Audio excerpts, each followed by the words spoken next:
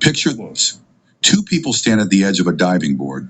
One hesitates, looking down at the water, imagining every possible way they could fail, slipping, belly flopping, or worse, embarrassing themselves in front of a crowd. The other steps forward with confidence, takes a deep breath, and leaps without a second thought. What separates these two? It's not just courage, it's self-esteem. One of the most profound discoveries in human development is the direct relationship between self-esteem and fear. The more you like yourself, the less power fear has over you. It sounds simple, yet it's a game changer. Fear of failure, fear of rejection, fear of the unknown. These are all magnified when we don't see ourselves as capable, worthy, or resilient. But when you genuinely like and respect yourself, failure becomes just another part of the process, not a reflection of your worth. Think about the people who take bold risks, who stand firm in their decisions, who chase their goals despite the inevitable setbacks. They aren't necessarily the most talented or the luckiest. They just believe in themselves enough to act. They don't let self-doubt dictate their lives. That kind of self-assurance isn't something people are born with. It's cultivated. And one of the fastest ways to build it? Simple. Tell yourself you like yourself. It may sound too easy, too repetitive, or even a little silly at first, but consider how often we engage in negative self-talk without even realizing it. We critique ourselves, second-guess our decisions, and dwell on past mistakes. That kind of thinking chips away at confidence little by little. If negative thoughts have the power to break us down, why shouldn't positive ones have the power to lift us up? So the next time self-doubt creeps in, try this. Say, I like myself. Not just once, but over and over.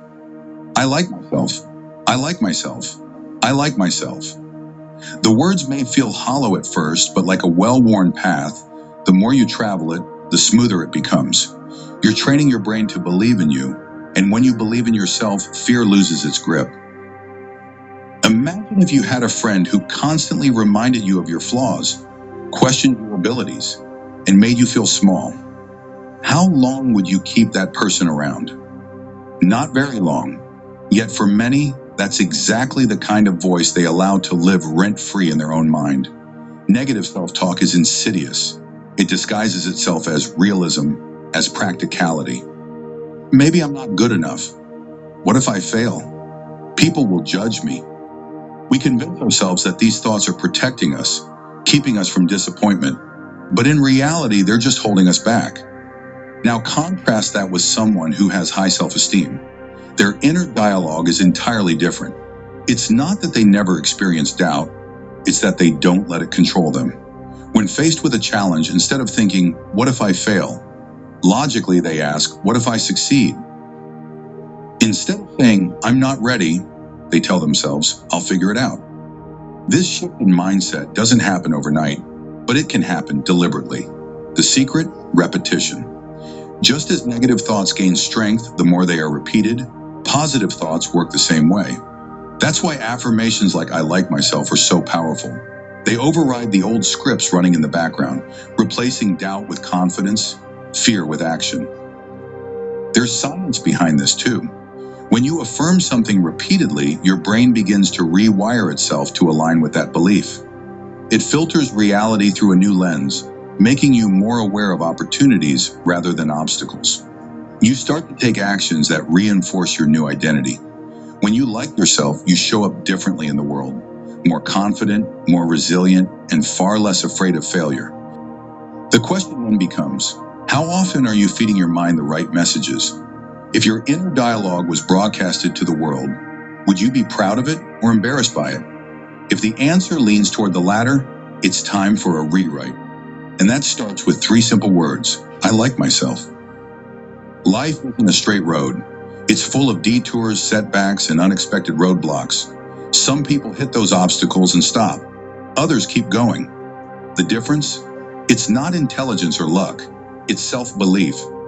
When you genuinely like yourself, failure doesn't feel permanent. It's not a reflection of your worth.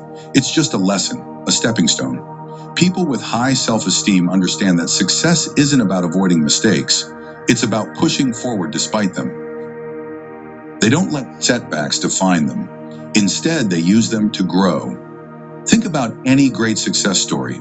Behind every achievement, there's struggle, rejection, failure. The ones who make it through aren't the ones who never fell. They're the ones who got back up. And what keeps a person getting back up when everything seems to be working against them? A deep, unshakable sense of self-worth. This is why self-esteem isn't just a nice to have. It's everything. It determines how much risk you're willing to take, how resilient you are, and how long you persist in the face of challenges. It's the foundation of personal growth. Building self-esteem isn't about arrogance or pretending to be perfect. It's about recognizing your own value, independent of external validation. It's about being able to say, I like myself, and actually mean it. So here's the real question. If self-esteem is the key to overcoming fear, bouncing back from failure, and achieving success, why wouldn't you do everything in your power to build it? If 3 simple words have the potential to change the way you see yourself, and by extension, the way you live your life, why not start saying them now? I like myself. Say it once. Say it 100 times.